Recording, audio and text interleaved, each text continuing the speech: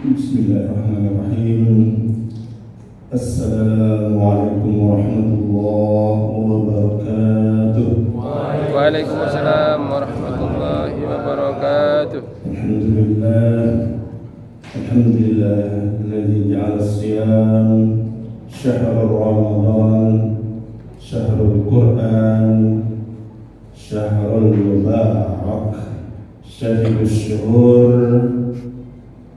Asyhadu an la ilaha illallah wahdahu la syarika lah wa asyhadu anna Muhammadan 'abduhu wa rasuluhu alladzi la nabiyya ba'dahu.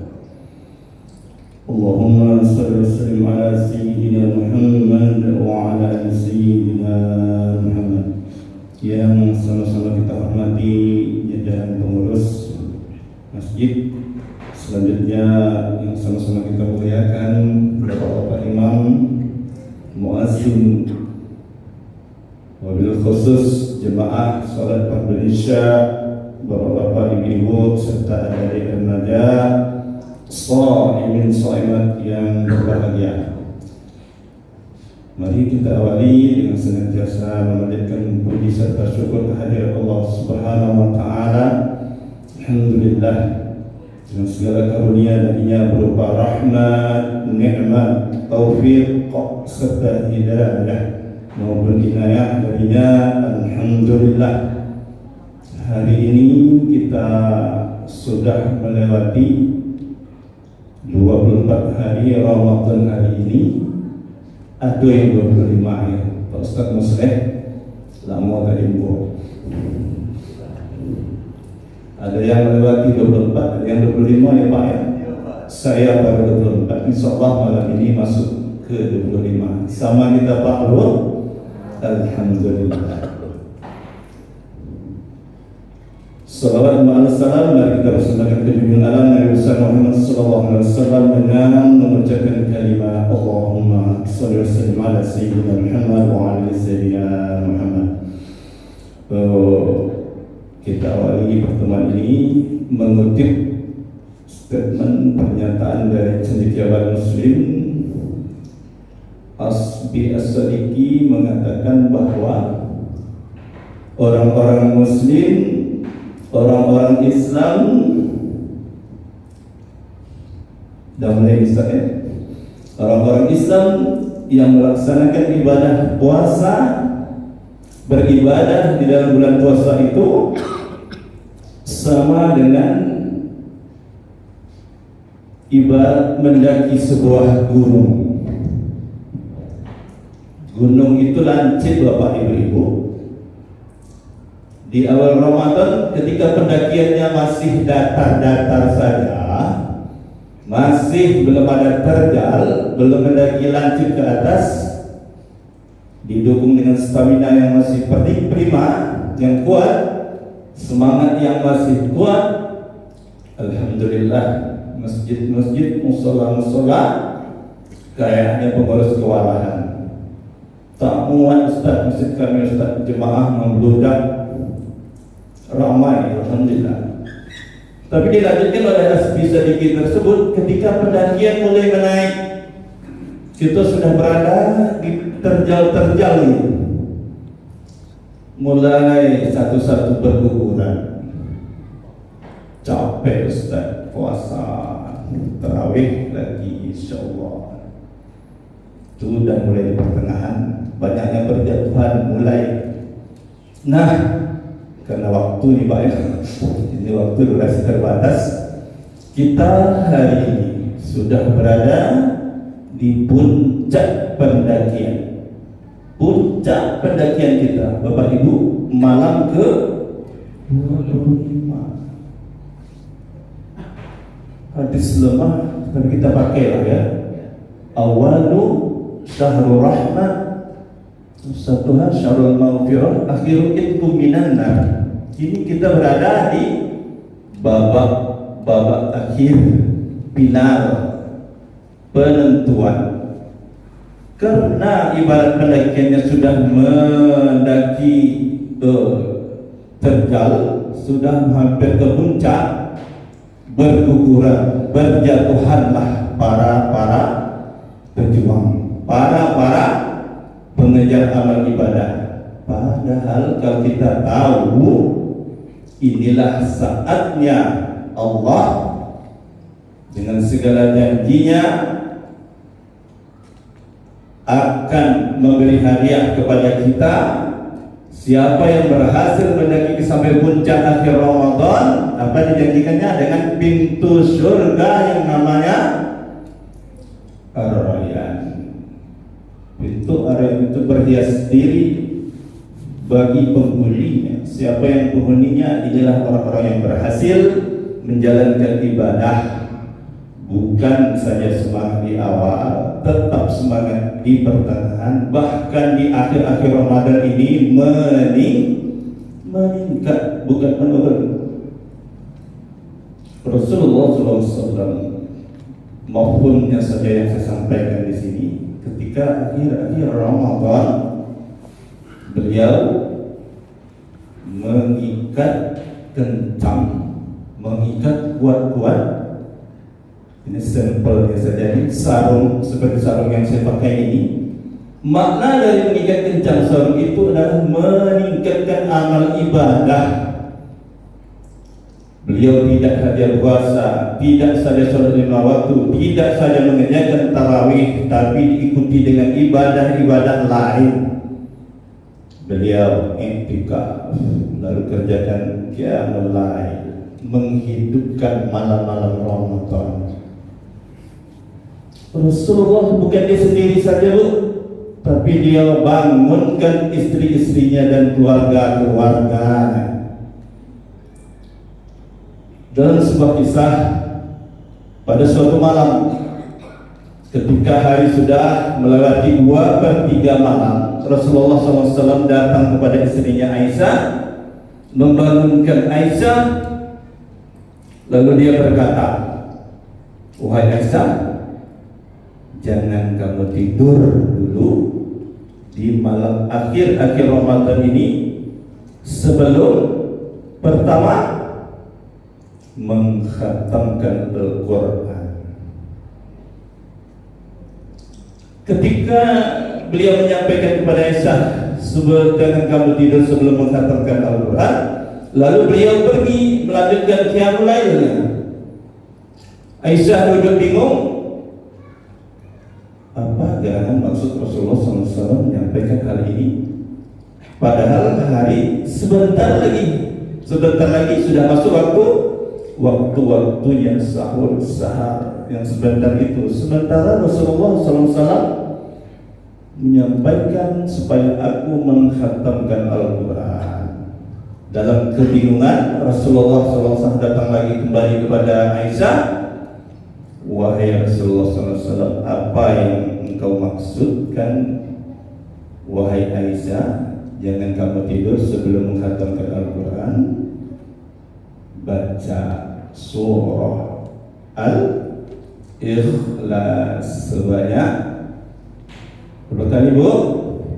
Ringan saja, 3 kali, setara mengkhatamkan Al-Quran.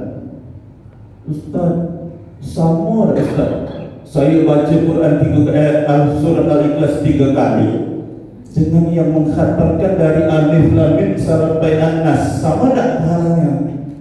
Ini jelas beda. Setara itu berbeda, bukan sama. Setara.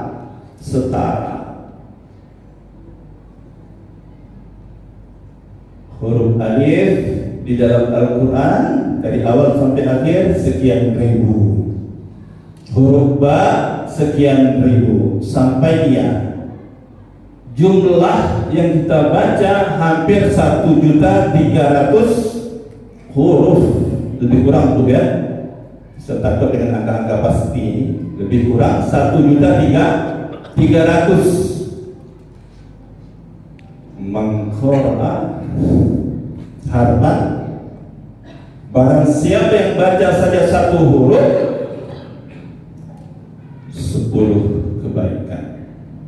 Kalau dihitung-hitung 1.300.000 kali 10 dilipat gandakan 70, dilipat gandakan 100, dilipat gandakan 1000, khairun min al-bisam. Bayangkan Bapak Ibu menghatamkan Al-Quran, ini durasi Pak Ibu. Nah, saya langsung saja. Afdhalu a'mal fi Ramadan qiraatul Quran. Amalan yang paling afdal di bulan Ramadan ialah membaca Al-Quran. Apa makna Al-Quran? Sesuatu yang dibaca. Quran, sesuatu yang dibaca. Membaca Al-Quran. Amal yang paling afdal di bulan Ramadan ini Al-Quran. Dalam surah Al-Ahzab Allah Subhanahu wa taala berfirman, Bismillahirrahmanirrahim, Inna nahnu nazzalna dzikr. Sesungguhnya kata Allah, aku turunkan al-zikr. Yang dimaksud dengan al-zikr itu ada Al-Quran. Wa inna lahu lahafidun, dan kami pula yang memeliharanya, kata Allah. Jaminan Allah, tak ada yang akan bisa melencengkan, menambah, mengurangi satu huruf pun. Tidak ada yang akan mampu, karena Allah sendiri memberi jaminan untuk memelihara Al-Quran. Terus hikmah Al-Quran itu diturunkan. Wa kadzalika auhayna ilaika ruhan. Sesungguhnya kami turunkan kepada Al-Quran sebagai rohan. Dia turunkan roh, kata Allah, tapi yang diturunkan itu Al-Quran min amrina. Pak Bu sekalian, roh, apa fungsi roh? Apa makna roh? Sesuatu yang menghidupkan. Al-insan, manusia, dikatakan manusia sebulan-sebulana, bisa dipanggil manusia karena ada dua jasad dan ruh. Ketika ruhnya sudah tidak ada, berpisah, disebut al-mayyit, jenazah. Itu cepat-cepat Ustaz Iqmal, kalau dah jenazah tidak boleh ditunggu-tunggu lama-lama, cepat di bumi kan. Begitulah tidak ada harganya kita kalau tidak ada ruhan. Apa fungsi ruh? Menghidupkan. Seseorang itu hidup karena ada roh. Seseorang itu akan mulia, akan diangkat derajatnya karena dia mengamalkan, paham tentang Al-Quran. Tanpa Al-Quran, rohnya keropos, tidak bisa dikatakan dengan manusia. Fungsi roh. Wa kadzalika auhayna ilaika ruhan min amrina. Sejauh mana kemuliaan seseorang, setinggi apa derajat seseorang, tergantung sejauh mana mereka dekat dengan Al-Quran, paham dengan Al-Quran, mengamalkan isi kandungan Al-Quran. Selesai Bapak Ibu. Ini panjang nih, karena mau tarawih ya. Saya lebih ingin curhat karena saya lama tak datang masjid di sini. Alhamdulillah hari ini Bapak Ketua, masjid kita sudah jauh lebih semarak dari yang dulu ya. Karena lain dan satu hal Bapak Ibu, hari ini saya banyak kegiatan di kampung. Maklumlah Bu, di kampung ya. Ada sesuatu masih diharapkan juga pula tenaga saya ya. Hari ini saya dah mendengar para imam-imam kita yang Masya Allah, Ustaz Amar ya, Masya Allah, kori-kori tajudnya luar biasa.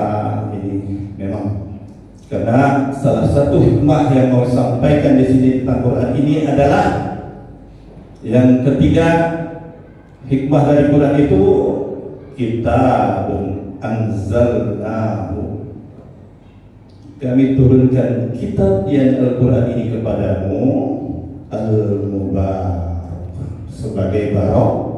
Siapa yang dapat barokah? Lihat hadap baru ayati. Ustaz, kami di masjid ini udah 3 kali khatam Ustaz tadarusnya, alhamdulillah. Tapi ukuran di sini bukan banyaknya khatam Quran, sejauh mana lihat tadabbaru ayati, pemahaman tentang Al-Quran, pengamalan tentang Al-Quran. Nah, di kampung saya, Bu, Pak, Ustaz, tidak banyak yang tadarus seperti kita. Mereka hanya membahas ayat per ayat, tafsirnya, asal-usulnya. Tidak lagi seperti sekarang, tidak mengejar khataman. Insyaallah mungkin ini masukan atau gimana terserah nanti ya. Ini tadabbar bih. Makanya kata Imam Ali memberi peringatan, la iqra'ul Qur'an, tidaklah mereka padahal siang malam pagi petang baca 5-6 kali khatam Qur'an. Tapi kata Imam Ali, la iqra'ul Qur'an illa litadabbur, tidak tadabbur membaca Al-Quran. Alhamdulillah, memang persyaratannya kita harus memilih imam-imam yang qari, yang betul-betul menguasai tartilul Quran, paham tentang ahkamul huruf. Ini menjalar ke ranah hakim nih Pak ya. Ahkamul huruf, sifatul huruf, makharijul huruf, waqaf wal ibtida. Salah berhenti, salah ulang, makna ayat tak sampai. Makanya di dalam surat Al-Anfal, innamal mu'minuna alladzina idza dzukirallahu wajilat qulubuhum zadatum iman. Apabila disebut nama Allah bergetar, ya bergetar, dan dibacakan ayat-ayat Allah bertambah iman. Masalah Ustaz, kami kalau dengar dia baca Quran tak bergetar Ustaz, malah jengkel. Ini masalah karena kita tidak mendudukkan orang pada tempatnya. Yang sudah dikatakan zadatum, bertambah iman karena bacaan, bukan bertambah jengkel ya Ustaz Maslihah. Syarat bertambah iman orang mendengar, warattilil Qur'an tartila. Habis waktu kita nih Pak. Sedikit lagi. Setelahnya mungkin sebagai kesimpulan untuk kita hari ini, Ramadan yang tidak beberapa hari ini, tentu mari sama-sama kita rebut kesempatan sekecil apapun mengisi dengan amaliyah terakhir Ramadan ini. Bapak Ibu sekalian, mari sama-sama kita jadikan Ramadan ini Ramadan terbaik buat kita. Tahun depan Ramadan pasti akan datang, tapi persoalannya ini, saya tak nampak tidak lagi untuk Pak Jarius, saya tidak nampak lagi tidak ustaz-ustaz kita yang baru ini, Ustaz Muslih yang Masya Allah, entah Pak Ustaz Muslih yang duluan, entah saya yang belakangan, entah. Yang jelas mari kita rebut etika qiyamul lail. Tak usah berat-berat ya Pak Imam yang masih segar ya, jemaah kita diukur. Tak usah banyak-banyak, ayatnya yang banyak-banyak ya, ukur. Alim itu mengerti dengan situasi dan kondisi, yang dipaksakan ya. Ini alhamdulillah ada ustaz muda-muda gitu ya Pak Ustaz ya, segar. Insyaallah Bapak-bapak, saya mohon maaf, ini maunya 1 jam atau setengah jam. Saya mohon maaf, mari kita sama-sama kerjakan kembali sholat tarawih untuk memiliki lebih hikmat.